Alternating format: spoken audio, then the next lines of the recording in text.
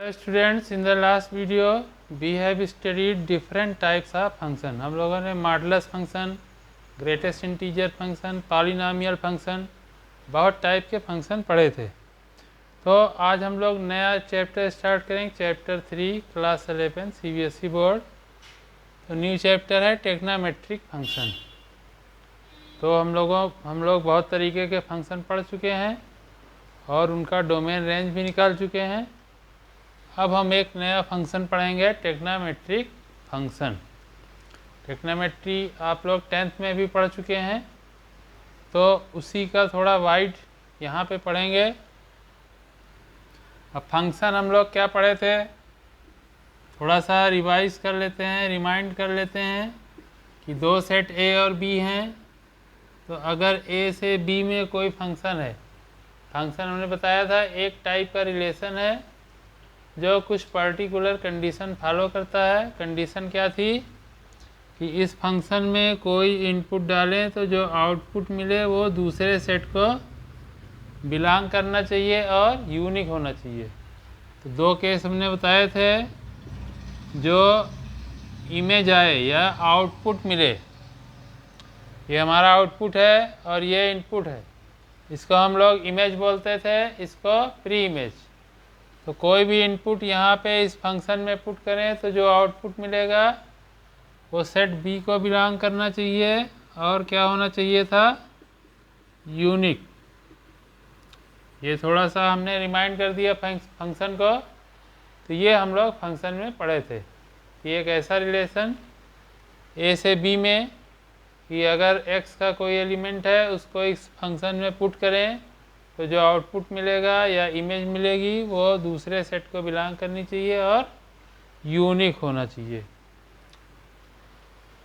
तो trigonometric function में जो फंक्शन होंगे वो कौन से होंगे, जैसे f(x) is equal to sine x, ये साइन फंक्शन हो गया। f(x) is equal to cos x, तो ये सब sine, cos, tan, cot, sec, cosec, ये टेक्नोमेट्रिक रेशियोज आपने 10th में पढ़ा है। अब ये हो गया function f(x) is equal to sine x, f(x) is equal to cos x। तो ये एक फंक्शन है, यहाँ पे कोई भी इनपुट डालेंगे तो हमको एक आउटपुट मिलेगा। अब जैसे इसको मान लो y नाम दे दें, ठीक है। तो f ऑफ 30 डिग्री कितना हुआ, साइन 30 डिग्री, यानी कि 1/2। साइन 30 डिग्री हम लोग जानते हैं कितना होता है, 1/2 10th में पढ़े हैं, ठीक है। तो इस तरीके से जो फंक्शन होंगे वो क्या होंगे, टेक्नोमेट्रिक फंक्शन। तो टेक्नोमेट्रिक फंक्शन में डिटेल में जाने से पहले सबसे पहले हम लोग यहाँ इनिशियल चीज़ें कुछ पढ़ेंगे। तो फर्स्ट थिंग है एंगल्स। एंगल्स हम लोग बहुत छोटी क्लास से पढ़ते आ रहे हैं। एंगल क्या होता है, तो छोटी क्लास में हम लोग यही डिफाइन करते थे। क्या डिफाइन करते थे कि दो raise, if two rays originate from a same point then angle is formed। रे जानते हैं आप लोग, जिसका एक एंड पॉइंट होता है और दूसरी तरफ इनफाइनाइट तक जाती है। तो किसी एक पॉइंट से अगर दो रे ओरिजिनेट हो रही हैं तो उनके बीच एंगल बनता है, ऐसा छोटी क्लास में बताया जाता है। But it is not perfect. Angle है क्या, angle is the measure of rotation of a ray about a fixed point, about a fixed point, ठीक है। इसमें वर्ड आया रोटेशन। फिजिक्स में आप लोग पढ़ेंगे दो टाइप के मोशन होते हैं, ट्रांसलेटरी मोशन और रोटेटरी मोशन। ट्रांसलेटरी मोशन में क्या पढ़ेंगे आप लोग, या पढ़े भी हो सकता है कि कोई ऑब्जेक्ट एक प्लेस से दूसरी प्लेस पे जाता है तो उसको बोलते हैं ट्रांसलेटरी मोशन। और इसको हम मीज़र करते हैं, इसको डिस्प्लेसमेंट से या डिस्टेंस से, और उसकी यूनिट होती है मीटर। तो डिस्टेंस की यूनिट से मीज़र करते हैं। इसमें सारे ऑब्जेक्ट का डिस्प्लेसमेंट सेम होता है। जैसे मान लीजिए पॉइंट ए है तो ए यहाँ पहुँच गया, तो दूसरा पॉइंट कोई बी है तो बी यहाँ पहुँच गया। तो जितना डिस्प्लेसमेंट पॉइंट ए का होगा उतना ही बी का होगा। ये होता है ट्रांसलेटरी मोशन। ये आप लोग फिजिक्स में पढ़ेंगे या पढ़े होंगे। और एक दूसरा होता है रोटेशनल मोशन या रोटेटरी मोशन। इसमें जो बॉडी है वो एक एक्सिस या एक पॉइंट के अबाउट रोटेट करता है। इसके बहुत सारे एग्जांपल जनरल लाइफ में है। जैसे सबसे आसान एग्जांपल है आपका डोर, दरवाज़ा। जब दरवाज़ा खोलते हैं तो वो रोटेट करता है ऐसे, ठीक है। तो उसमें सभी दरवाजे के सभी पार्टिकल का डिस्प्लेसमेंट अलग अलग होता है। मान लीजिए दरवाज़ा है, इसका पार्टिकल ए है, बी है, सी है। तो ए यहाँ आ गया, बी घूम के यहाँ आ जाएगा, सी घूम के यहाँ आ जाएगा। तो इस तरह अगर डिस्प्लेसमेंट देखें तो पॉइंट ए, बी और सी का अलग अलग है, लेकिन इसमें एक चीज़ सेम है,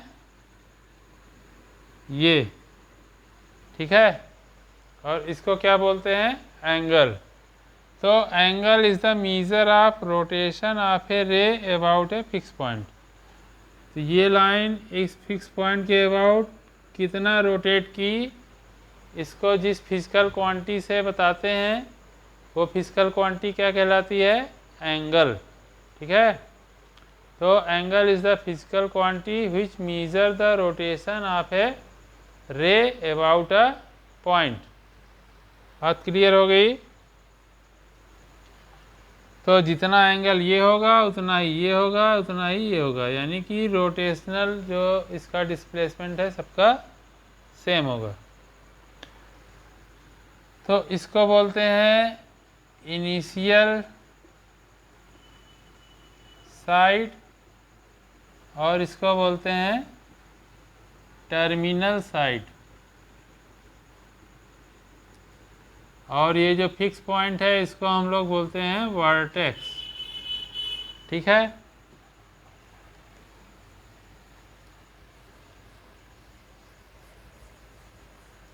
तो अब ये रोटेशन दो तरीके से हो सकता है, ये रोटेशन ऐसे भी हो सकता है और ऐसे भी हो सकता है। तो ऐसे का मतलब क्या हुआ, इधर से इधर जा रहा है तो एंटी क्लॉकवाइज। ये रोटेशन कैसा हुआ, एंटी क्लॉकवाइज। तो अगर एंटी क्लॉकवाइज रोटेशन है तो जो एंगल बनेगा उसको किस में लेंगे, पॉजिटिव। और यही अगर रोटेशन इधर है क्लॉकवाइज, ये इनिशियल है इधर से इधर आ गई, ये टर्मिनल हो गई, तब ये जो एंगल होगा क्या होगा, निगेटिव। तो ये हो गया क्लॉकवाइज। तो अगर एंटी क्लॉकवाइज रोटेशन है तो पॉजिटिव लेंगे एंगल, और अगर क्लॉकवाइज रोटेशन है तो निगेटिव लेंगे, ठीक है। अब एंगल को मीज़र करने की यूनिट या रोटेशन को मीज़र करने की यूनिट, एंगल को मीज़र करने की unit, units of measuring angles. Units of measuring angles. Angles को मीज़र करने की यूनिट क्या है,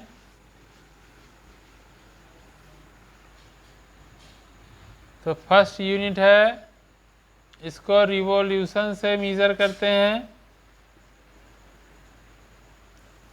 ठीक है। अब जैसे कोई इनिशियल है, इनिशियल साइड है, तो ये पूरा घूम के मान लो इस तरीके से रोटेट होके फिर से यहीं आ गई, यानी इनिशियल और टर्मिनल दोनों सेम हो गई।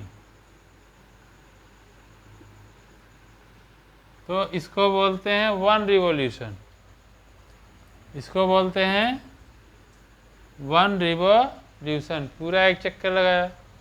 इसी तरीके से अगर ये इनिशियल है और ये टर्मिनल है तो इसको बोलेंगे ये कितना एंगल हो जाएगा, किसके इक्वल, हाफ रिवॉल्यूशन। जो एंगल होगा कितना होगा, हाफ रिवॉल्यूशन। यहाँ एंगल क्या होगा, वन रिवॉल्यूशन। इसी तरीके से अगर ऐसे है एंगल, तब इसको एंगल कितना बोलेंगे, 1/4 रिवॉल्यूशन। तो एक यूनिट इस तरीके से भी एंगल को मेज़र कर सकते हैं, लेकिन जनरली इसका यूज नहीं किया जाता है। मेनली जो यूज़ किया जाता है वो होता है रेडियन और डिग्री, डिग्री और रेडियन। जो मेन यूनिट्स हैं जिससे एंगल को मेज़र किया जाता है वो है डिग्री और रेडियन। तो सेकंड हो गया degree measure, degree measure. Degree measure क्या है तो जैसे अभी हमने बताया कि पूरा रोटेट होके फिर यहीं से आ गया, इनिशियल और टर्मिनल दोनों सेम हो गई तो वन रिवॉल्यूशन हो गया। तो वन रिवॉल्यूशन को डिग्री में क्या माना गया, 360 डिग्री, क्योंकि यूनिट जितनी भी हैं वो सब मानी ही गई हैं। उसको सपोज ही किया गया है कि 1 मीटर इतना होगा, 1 सेंटीमीटर इतना होगा। फिजिक्स में आप लोग एसआई सिस्टम पढ़ेंगे तो उसमें इंटरनेशनली सब लोग बैठ के डिसाइड किए कि 1 मीटर क्या होगा, 1 किलोग्राम क्या होगा, सबकी डेफिनेशन भी है। ये कोई भगवान के यहाँ से बन के नहीं आया है। तो डिग्री मेज़र में क्या सपोज किया गया कि 1 रिवॉल्यूशन पूरा क्या माना जाएगा, 360 डिग्री। ठीक है, यानी कि 1 डिग्री इज इक्वल टू क्या होगा, 1/360 रिवॉल्यूशन। यानी एक रिवॉल्यूशन का 1 रिवॉल्यूशन का 1/360th पार्ट क्या होगा, 1 डिग्री। यानी ये पूरा 1 रिवॉल्यूशन हो गया। इसको 360 इक्वल पार्ट में डिवाइड कर दें, कितने पार्ट में, 360 पार्ट्स में डिवाइड कर दें इस तरीके से, तो 1 पार्ट क्या होगा, 1 डिग्री। 360 इक्वल पार्ट्स में, ये पूरे रोटेशन को 360 इक्वल पार्ट्स में डिवाइड कर दें तो 1 पार्ट क्या होगा, 1 डिग्री। ठीक है, तो 1 डिग्री क्या हो गया, एक रिवॉल्यूशन का 1/360th पार्ट, 1/360th पार्ट। इसको और डिटेल में ऐसे लिख सकते हैं, 1/360th पार्ट ऑफ 1 रिवॉल्यूशन। ठीक है, अब ये 1 डिग्री को और छोटे यूनिट में डिवाइड किया गया, जैसे मीटर को सेंटीमीटर में, सेंटीमीटर को मिलीमीटर में इस करते हैं, उसी तरीके से डिग्री को और छोटी यूनिट में डिवाइड किया गया। जैसे मान लीजिए यहाँ से यहाँ तक 1 डिग्री है। ठीक है, तो इसको 60 और छोटे पार्ट में डिवाइड किया जाए, कितने पार्ट में, 60 पार्ट्स में, 60 इक्वल पार्ट्स में डिवाइड किया जाए तो जो 1 पार्ट होगा वो क्या कहलाता है, 1 मिनट। 1 मिनट, इसको क्या पढ़ते हैं, मिनट, इज इक्वल टू कितना होगा, 1/60 डिग्री, या सीधे सीधे 1 degree is equal to 60 minute. ये मिनट टाइम वाला नहीं है, टाइम वाले और एंगल वाले मिनट को मिक्स नहीं करेंगे, एंगल वाले और टाइम वाले मिनट को मिक्स नहीं करेंगे। ये एंगल के लिए, ठीक है। इसी तरीके से 1 मिनट आ गया। अब 1 मिनट को 60 और छोटे छोटे पार्ट में डिवाइड किया जाए, इक्वल पार्ट में 60 पार्ट्स में और डिवाइड किया जाए तो 1 पार्ट हो जाएगा 1 सेकेंड, यानी 1 मिनट इज इक्वल टू हो जाएगा 60 सेकेंड। ये सेकेंड है, लेकिन टाइम वाला सेकेंड नहीं है, रिलेशन वही है। 1 मिनट में 60 सेकेंड होते हैं, वैसे भी टाइम वाले में भी और एंगल वाले में, लेकिन किसी भी क्वेश्चन में दोनों को मिक्स नहीं कर देंगे।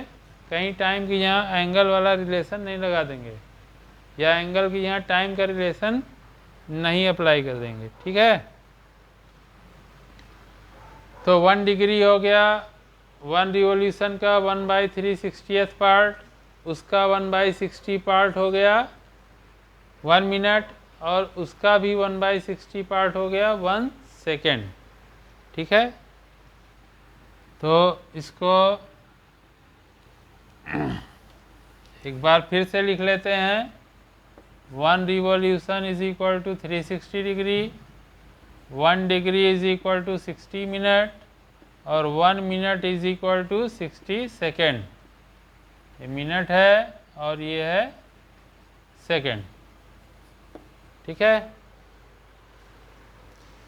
इसके बाद नेक्स्ट यूनिट है रेडियन।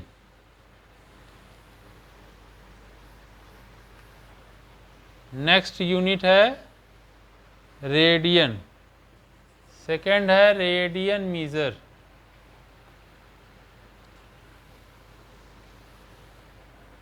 सेकेंड है radian measure.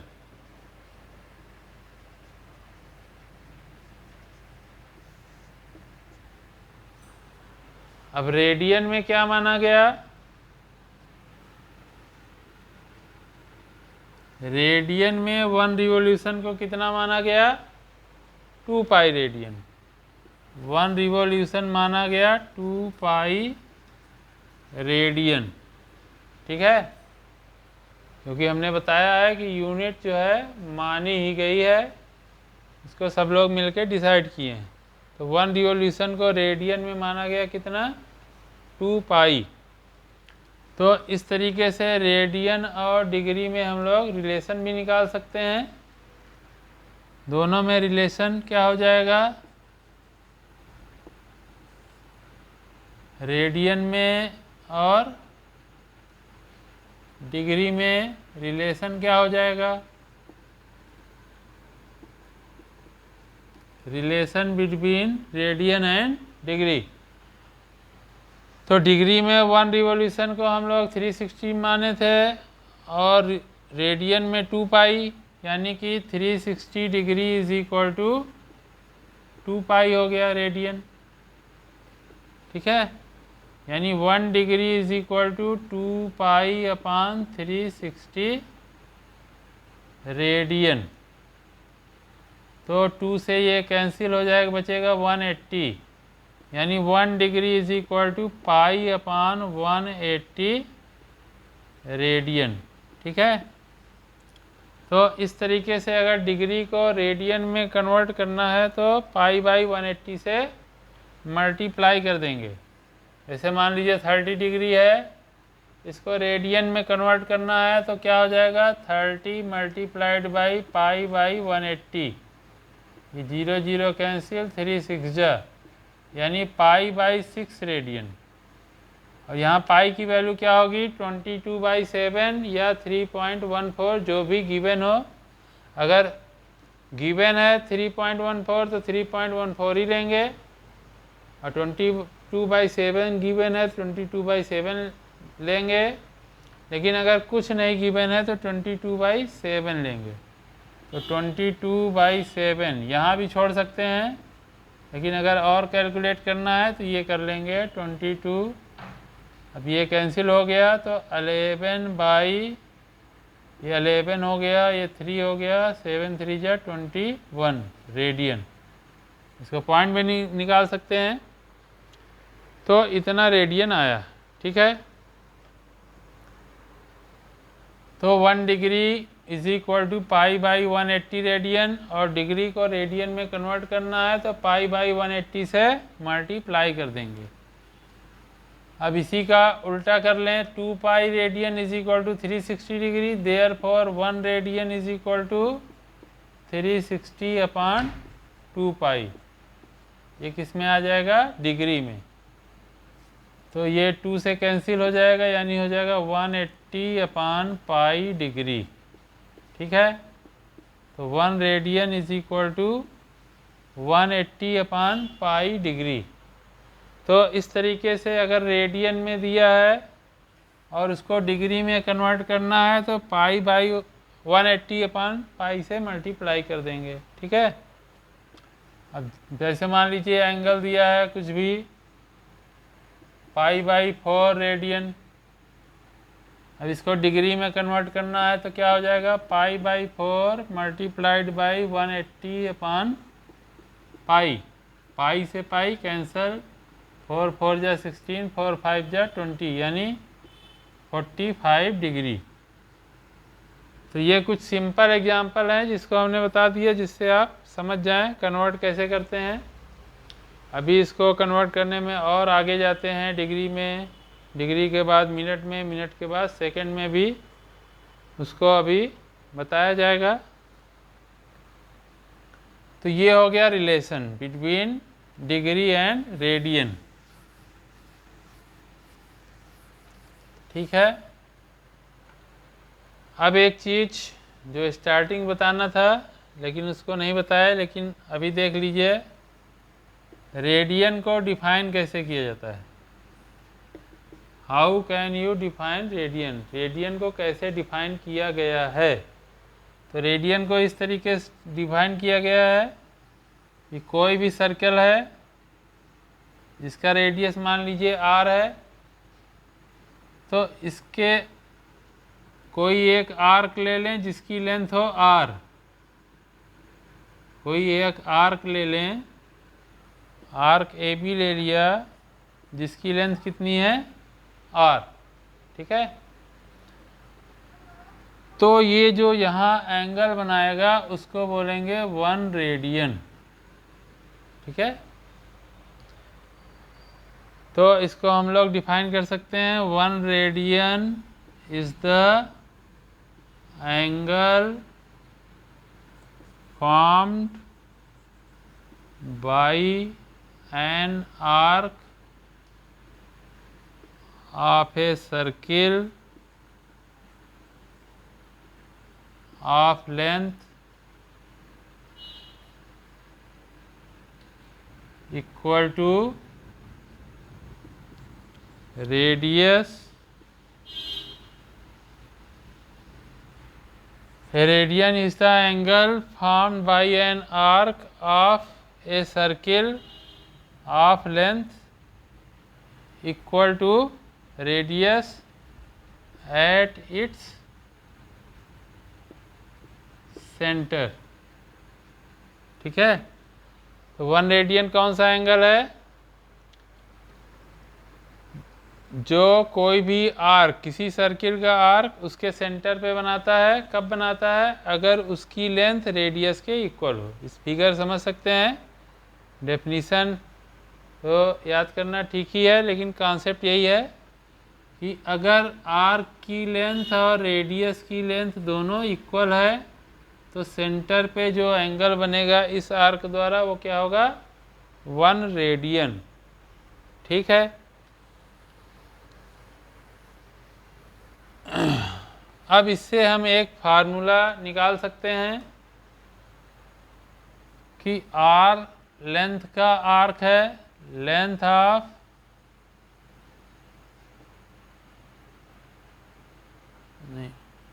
Arc of length r forms an angle 1 radian. ठीक है, r लेंथ का आर्क कितना एंगल बनाता है? 1 radian. Then arc of L length will form an angle is equal to, अब R length का जो है 1 बनाता है तो L लेंथ का कितना बनाएगा 1/r into L. Unitary method से R लेंथ का 1 रेडियन बना रहा है, R लेंथ का 1 रेडियन बना रहा है तो 1 लेंथ का कितना बनाएगा 1/r, तो L लेंथ का कितना बनाएगा 1/r इंटू एल। शार्ट में ऐसे समझ सकते हैं, जब R लेंथ का है तो 1 रेडियन बना रहा है तो 1 लेंथ का होगा तो 1/r बनाएगा, L लेंथ का है तो 1/r इंटू एल। तो arc of L length will form an angle of 1/r into L, therefore angle is equal to क्या हो जाएगा L/r। तो ये एक रिलेशन हो गया, angle is equal to arc upon radius, angle is equal to arc upon radius. ठीक है, और एक चीज़ ध्यान देंगे कि इस रिलेशन में जो एंगल होगा वो किस में होगा रेडियन में, क्योंकि इससे हम लोग आर्क की लेंथ भी निकाल सकते हैं, L is equal to r theta. Angle दिया है, रेडियस दिया है और कह रहा लेंथ ऑफ आर्क फाइंड करिए, तो कभी कभी एंगल जो है डिग्री में दिया है और रेडियस दिया है तो हम सीधे अगर पुट कर दिए तो लेंथ हमारी गलत आ जाएगी। तो इस फार्मूले में जो एंगल यूज करेंगे ऑलवेज इन रेडियन, इस फार्मूले में जो एंगल पुट करेंगे वो किस में होना चाहिए रेडियन में, और इस फार्मूले को अप्लाई करने पे जो एंगल आएगा वो भी किस में आएगा रेडियन में। Theta is equal to L/r जब अप्लाई करेंगे तो ये किस में आ जाएगा रेडियन में। ठीक है, तो आज के लिए बस इतना ही। That's all for today. In the next video we will solve some questions related to this topic. Okay, if you like the video then don't forget to like, subscribe and share. Thank you.